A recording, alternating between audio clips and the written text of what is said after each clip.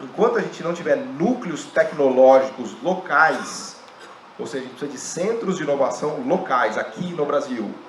Aqui no Brasil. A gente precisa inovar aqui, investir em inovação, produzir tecnologia, produzir capital, produzir conhecimento proprietário e construir o nosso poder de monopólio e a gente sair no mundo para comprar os caras que quiserem concorrer com a gente. Tá? Quem faz isso hoje é a China, a Índia faz isso. Né?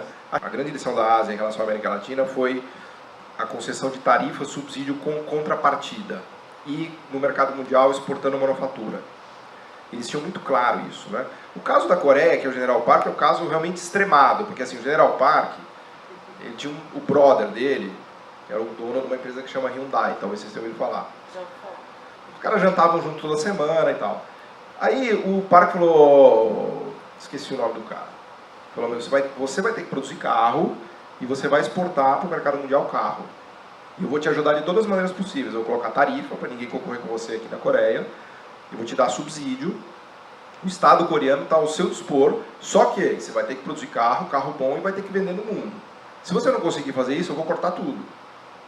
Então assim, estou contando como se fosse um gibi, tá? Mas essa é a história da Hyundai. A Hyundai teve para quebrar várias vezes.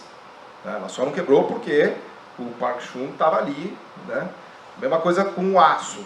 Né? Um belo dia, o Park Chung acordou, né? Ouviu exatamente o que você falou, falou, meu, sem aço não dá. Se eu não tiver aço na Coreia, eu não vou conseguir produzir carro, não vou fazer navio, não vou fazer nada. Siderurgia é a base.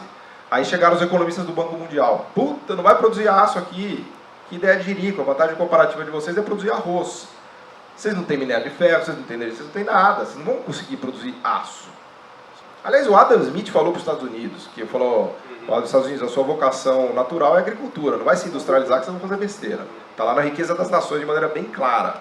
Né? O Adam Smith falou, Estados Unidos fazer indústria, esquece. Né?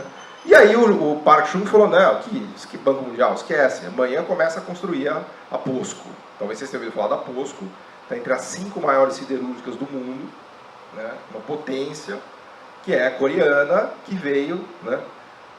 Enfim, mas assim, é que o Park Chung realmente, depois tem um livrinho, eu vou parar de falar, tá? Tem um livrinho que chama How Asia Works, que foi escrito por um jornalista que era da The Economist, e ele vai no detalhe de todos esses processos, né? O Park Chung, ele tinha escrito um livro sobre desenvolvimento econômico, aí também já é demais, né? Ele tinha escrito um livro sobre desenvolvimento econômico que dá os pilares do que ele fez na Coreia. Exato, então ele pôs essa coisa da tarifa, do subsídio, da porrada e da contrapartida. Esse é o jeito que o Brasil tem que fazer. Não, aqui... Subsídio na porrada não, mas... com contrapartida. Não, mesmo menos. Só para falar da Coreia, além do glorioso General Park, que fazia os caras ajoelharem no milho, tudo isso, prendia um monte, não só isso, mas não esquece uma coisa, a Coreia, ela tem benefícios geopolíticos que o Brasil não tem. A Coreia do Sul... O Brasil tem malefícios. Parece ter malefício. A Coreia do Sul se desenvolve a convite dos Estados Unidos. Ela está na única fronteira quente da Guerra Fria. A Coreia do Norte, lá da China e da Coreia do Norte. A Coreia do Sul tem benefícios, então não é assim, a Coreia do Sul, pelos seus méritos, ela tem essa política, fez política correta, mas ao mesmo tempo também ela foi beneficiada por uma situação geopolítica. É a história da lei da informática, só para dar um exemplo. O Brasil, no final dos anos 70, nos anos 80, fez a lei da informática, que era da Reserva Nacional. Reserva de mercado lá de informática. Que foi bom para o setor de informática, porque desenvolveu um monte de coisa, precisa falar coisa de botocuro, mas teve suas vantagens. Os bancos eram a favor da lei da informática, para desenvolver sistemas próprios, tudo isso. Mas enfim, o Brasil, mas não é só o Brasil que fez isso. O Japão e a Coreia fizeram uma lei muito parecida, e a Índia fez uma lei muito parecida, tudo na mesma época. O Peter Ivas que mostra esse estudo aí, tá ele compara. E a reação dos Estados Unidos aos Brasil, Índia, Japão e Coreia foram totalmente diferentes. Em relação ao Japão e à Coreia, vocês não abriram a boca. Ah, legal, que bom, vocês estão... a IBM não entra aqui, mas tudo bem, vocês são amigos, que bom, vamos fazer junto depois, vocês vão desenvolver sua indústria, depois a gente está junto. Porque são países convidados no clubinho. A Índia tem um pequeno dispositivo tecnológico que só 10 países parece que tem no mundo, chamado bomba atômica. E que aí você, quando alguém tem bomba atômica, você não briga com ele. Você não chegou, o que é isso? Será que você, por favor, poderia é mais educado um pouquinho. Os americanos, então, negociaram com a Índia a questão da informação. Falaram, olha, tem um problema aqui, será que dá para ver isso, ver aquilo, vamos rever. Extremamente gentis e educados. Com o Brasil, eles colocaram o Brasil numa cláusula da lei de comércio deles, a Super 301, que é quando eles têm o país que é considerado inimigo, é guerra econômica. Estava a Síria, a Coreia do Norte, o Irã, a Cuba, o Vietnã na época e o Brasil. Quer dizer, com um boicote econômico. O Reagan fez boicote econômico ao Brasil. Não é por acaso que essa discussão perto da Constituinte, toda essa discussão dos anos 80, que tinha uma questão toda de enfrentamento com os Estados Unidos na questão da informática. Só para dar um exemplo que a questão também geopolítica, o Brasil só se ferra na questão geopolítica. A gente está no mesmo hemisfério dos Estados Unidos, no hemisfério que eles deles, em que eles não podem ter ninguém fazendo sombra, para começar. O Canadá não faz sombra para eles, o Canadá é praticamente deles. Até na NBA. Exatamente, eles jogam junto até, inclusive. Tem os mesmos hábitos, falam as mesmas coisas. O dia do trabalho deles é igual. São os dois únicos países do mundo que o dia do trabalho não é o 1º de maio. Isso que o 1º de maio aconteceu nos Estados Unidos, em Chicago. Mas tudo bem, eles fingem que não foi lá. Mas a gente tem uma série de planos geopolíticos. A questão da China é essa, que já foi falado. Vou repetir, a questão da China não é ter relação ou não com a China, é como se relacionar com a China. Porque para se relacionar com a China da mesma maneira que se relaciona com os Estados Unidos, é uma relação que não vale a pena nesse sentido. A gente brigou 100 anos do século XX inteiro para não ser a fazenda da Europa e dos Estados Unidos, para terminar sendo a fazenda da China. Quer dizer, qual que é a grande vantagem nisso? É óbvio que nós temos vantagens, e aí também outra coisa que a gente não pode se iludir. A China vai virar a primeira potência mundial? Muito provavelmente. Mas os Estados Unidos não vão se deixar de ser importantes. Isso também tem que se levar em consideração. Os Estados Unidos têm uma economia agrícola, recursos minerais, uma indústria poderosa, tem tecnologia forte. Eles não vão simplesmente... Não é o caso da Inglaterra com os Estados Unidos, não é a mesma coisa. A decadência inglesa não é só dar mais trabalho, eles não vão decair. Não é a decadência como foi a Inglaterra. Não é a decadência inglesa ou holandesa em relação aos Estados Unidos. Estados Unidos e China sempre vão estar em disputa, mais ou menos, porque os Estados Unidos não vai perder o papel dele central. Ele perde mercado, ele perde, às vezes, inovação, perde setores, mas não vai perder. Até porque ele tem coisa que a China não tem. Os americanos alimentam sua própria população. O Xi Jinping tem que acordar todo dia pensando em como dar comida para 1,5 bilhão de pessoas, o que não é uma boa... não é um bom começo. Bom, como é que eu faço para dar comida para 1,5 bilhão de pessoas? Sem ter recursos para isso. Na China. Tem o Brasil, mas os americanos também querem o Brasil. Tem uma disputa aqui pelo Brasil. Mas, enfim, é um problema que a Índia já resolveu. A Índia já não se preocupa em alimentar 1,5 bilhão de pessoas. Então, não é um problema para eles isso. Então, isso não tem problema. Para a China é. Mas, então, a questão é como é que você se posiciona na relação. A questão da OCDE, do OMC é isso. O Brasil, quando entrou no OMC em 95, abriu mão de uma série de salvaguardas. A política do governo Fernando Henrique. Abriu por quê? Porque quis. De uma política que o Pedro Malan dizia que a melhor política industrial é não ter política industrial. Ele falava isso abertamente. Quer dizer, outros países fizeram uma série de salvaguardas. Podia ter política de proteção a certos setores, por uma série de razões. O Brasil abriu mão de várias. Agora abre mão da condição de país em desenvolvimento, que também eu não sei se é reversível ou não. Para entrar na OCDE. A OCDE, assim, não tem para nada. Ela faz lá uns guiazinhos bonitinhos de bom comportamento, bom moço. É isso.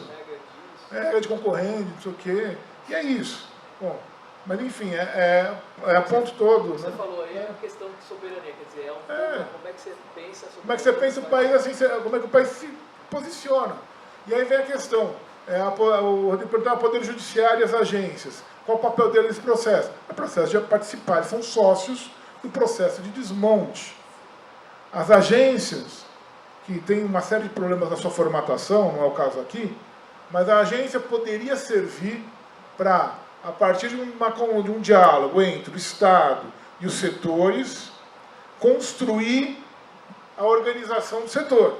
Então você constrói o setor de comunicação, o setor de energia, o setor de petróleo, assim por diante, que seja. Só que não, é porta giratória. Então o sujeito entra lá, para fazer o serviço sujo para a operadora ou para a empresa X ou Y, porque ele vai sair dali a 2 ou 4 anos, vai ter uma quarentena e vai ser contratado por ela. É a mesma história do Banco Central. As pessoas saíam do Banco Central e direto trabalhar nos bancos, tendo acesso a toda a movimentação bancária. Quer dizer, é completamente ilógico. Quer dizer, o sujeito sabe toda a movimentação dos bancos, sabe qual que é a carteira dos bancos. E ele veio trabalhar para concorrente dos outros. Quer dizer, isso em qualquer lugar seria crime. Aqui é ser bom profissional, né? É ser uma pessoa preparada para o mercado. Né? Então, um mercado que funciona nessa base, que é predatória, realmente é complicado. As agências, então, ajudam a desmontar, porque elas não estão lá para estruturar o setor. Elas estão lá para atender mais interesses econômicos. E outro ponto também, que se isso não vai para frente, não adianta, é retomar o controle sobre os bens estratégicos. Não tem jeito. E não só porque você é um nacionalista, porque você... Não, porque não só foi passado de maneira equivocada por cima do país, mas como foi feito da forma errada. Foi feito de maneira ilegal, com base em corrupção. E a gente não aplica a lei de corrupção para Petrobras, para Odebrecht. A Statoil é corrupta. A Shell é corrupta. Todas elas são. Elas pagaram, todo mundo sabe disso, tem mais do que prova.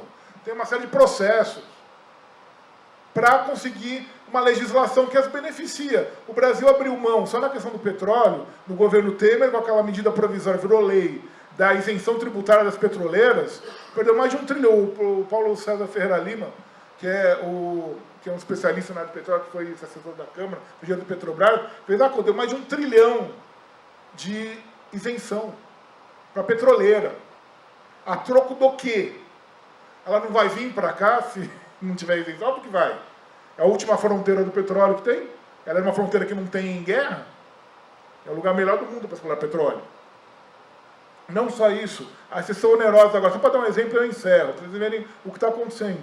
Cessão onerosa, a área da cessão onerosa tem 100 bilhões de barris calculados, comprovados. Aí o governo foi na festa, porque vai vender, né, por 100 bilhões de reais. E os estados e municípios arrancando um pedaço do butim ali, que o pré-sal, aliás, o pessoal está achando que vai ter dinheiro para não vai ter dinheiro pré-sal para nada. O dinheiro pré-sal já foi, os estados e municípios já pegaram. Antes de ter o butim, eles já pegaram, sem saber o que tem, sem saber o que pode ganhar ou não. Então o negócio que é para educação, para saúde, para inovação, esquece, isso não vai mais. Eles já pegaram e não vai ter mais isso aí. Esse dinheiro já era. Mas, 25 bilhões de dólares, certo? Se a Petrobras explorar sozinha, que ela tem o direito, que é dela, enfim, né, a exploração, ou pela própria cessão onerosa, o custo de exploração do barril do pré-sal é de 10 dólares. O preço do barril está mais ou menos 60. Façam a conta. 60 dólares o barril, custa 10, então o lucro é de 50. 100 bilhões de barris. A Petrobras abriu mão, o governo brasileiro abriu mão de 500 bilhões de dólares. Enfim, para quê? Para ceder a um preço vil, sem paralelo no mercado internacional, não é à toa que está estourando de concorrente, até eu. Se eu tivesse dinheiro, até eu estava lá. Né? Mas não só isso. Com um problema que ninguém está falando. Esses leilões sucessivos estão fazendo o quê? Exploração rápida das reservas. Ou seja, vai esgotar. As pessoas querem, petróleo acaba. Não é soja que você planta de novo. Acabou o poço, você tampa o poço, não tem o que fazer com ele. Não tem mais nada lá. Não vai nascer de novo. Né? Mas com problemas ambientais, porque eles não estão nem aí para a questão ambiental. A verdade é essa. Fazendo o quê? Importando todo o equipamento, praticamente sem conteúdo local, tudo feito agora em Singapura, feito na Coreia, tem estaleiro que acho que é na Noruega, tem coisa na Itália, né, nos próprios Estados Unidos. Né? E aí a gente não tem ganho nenhum, a gente não tem indústria ligada ao setor, a gente não tem a renda petroleira, e a gente simplesmente virou exportador de óleo cru. Qual é a vantagem? Qual que é a vantagem? A Arábia Saudita realmente é um exemplo de desenvolvimento.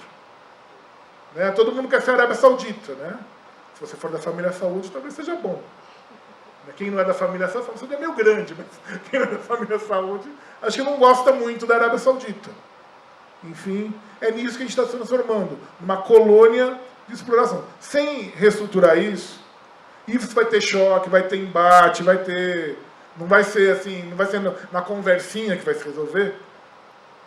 Não vai ter como retomar o processo.